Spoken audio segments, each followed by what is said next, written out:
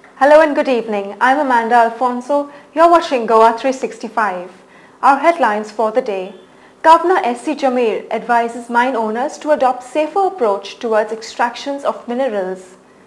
Goa is experiencing coldest days after 15 years will last for another couple of days. Government to back development in Sangeli, says Chief Minister on the occasion of Pratap Singh Rane's 69th birthday.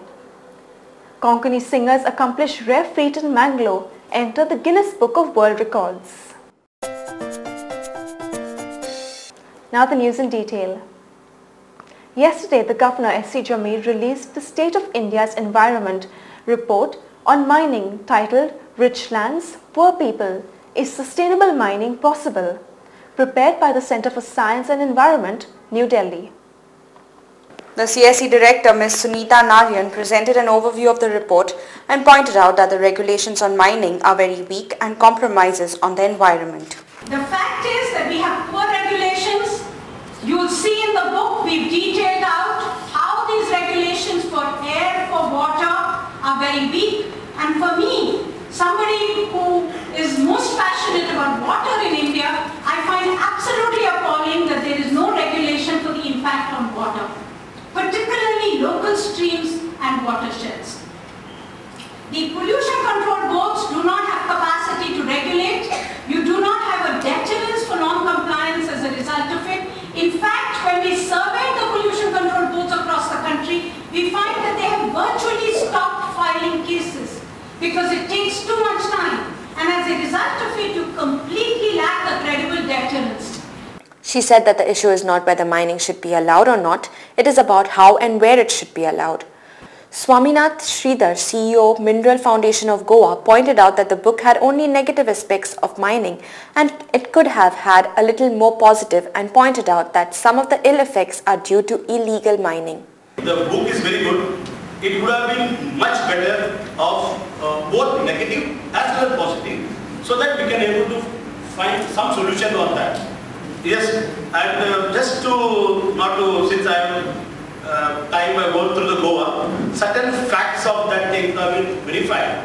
Especially Goa, there are 800 mines, I saw that. Actually, and 5%. Actually, 1.78% to be exact, present mining operation in Goa is taking place. It is around 400 odd, 420 or 23. Not. The 800 figures was during the Portuguese time. And today, if you see the mining industry getting a bad name, not because of legal mining, because of illegal mining. The lot of illegal mining is going on in India. We, as a mining industry, also oppose illegal mining. Because of the illegal mining activity, we get the bad name of that. And one of the reasons why illegal mining activity is taking place may be too much of overburden of regulation and delay in this one. The governor pointed out that the book is interesting and said that mining is the backbone of Goan economy, but there should be a safer approach towards extraction of minerals. Which also includes our small but extremely vigorous and progressive state of Goa.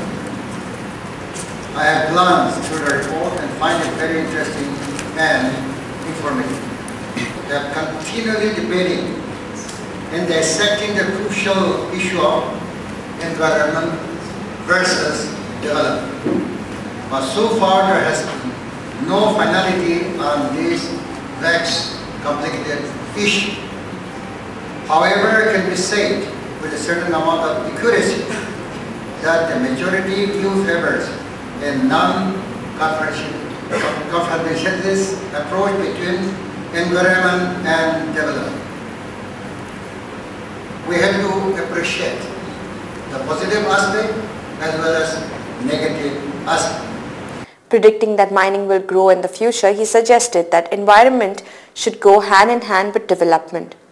S.C. Jameer advised mine owners to change their attitude to ensure natural and social approach in their business.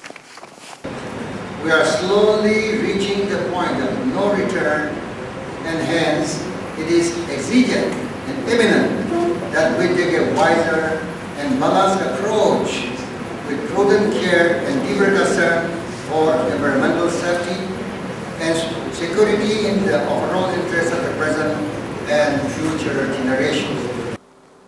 The cold wave sweeping across North India continued its grip and has not showed any letdown, with temperatures dipping to almost freezing points. Cold wave conditions are prevailing over some parts of Punjab, Haryana, Delhi, Uttar Pradesh, Madhya Pradesh, East Rajasthan, Maharashtra, Chhattisgarh and Jharkhand, where the minimum temperatures are 4 to 6 degrees centigrade below normal, have also affected Goa and is likely to maintain the chilling temperatures for the next couple of days. The lowest minimum temperature of 0.2 degrees Celsius in the plains was recorded at Ludhiana in Punjab, with Mumbai touching 10.2 degrees. The lowest in 45 years, when it had recorded 10.8 degrees Celsius. Meteorologist K.V. Singh claims that Goa is not affected by the cold wave as yet, but the weather has dipped over the past few weeks and the temperature has dropped considerably. This is the coldest it has been in Goa since 1991. In 1991, the recorded temperature was 14.4 degrees Celsius. The present temperature is 15.2 degrees Celsius. But the lowest temperature that Goa has ever experienced is 14.1 degrees Celsius in the year 1945. See, in Goa, there is no cold wave so far, but temperatures are quite low. Because in northern India, you might be seeing that nowadays temperatures are too low. So because the temperatures are low in northern India, and nowadays wind is blowing northerly. That is why due to this northerly wind, this Goa is also affected. When questioned whether the temperature will dip further, he said, "It depends if this situation continues. If the northerly winds are still continuing, then temperature may go down also. But it depends. I think now winds may change. So it may not go, I think." He explained what a cold wave is. Means if temperature goes down, that is from 5 or 6 degrees, 5 to 6 degrees below the normal temperature, that is called a cold wave. So in the northern Maharashtra, even North Konkan also, there was a cold wave. We have lots more coming up after this break. Stay with us.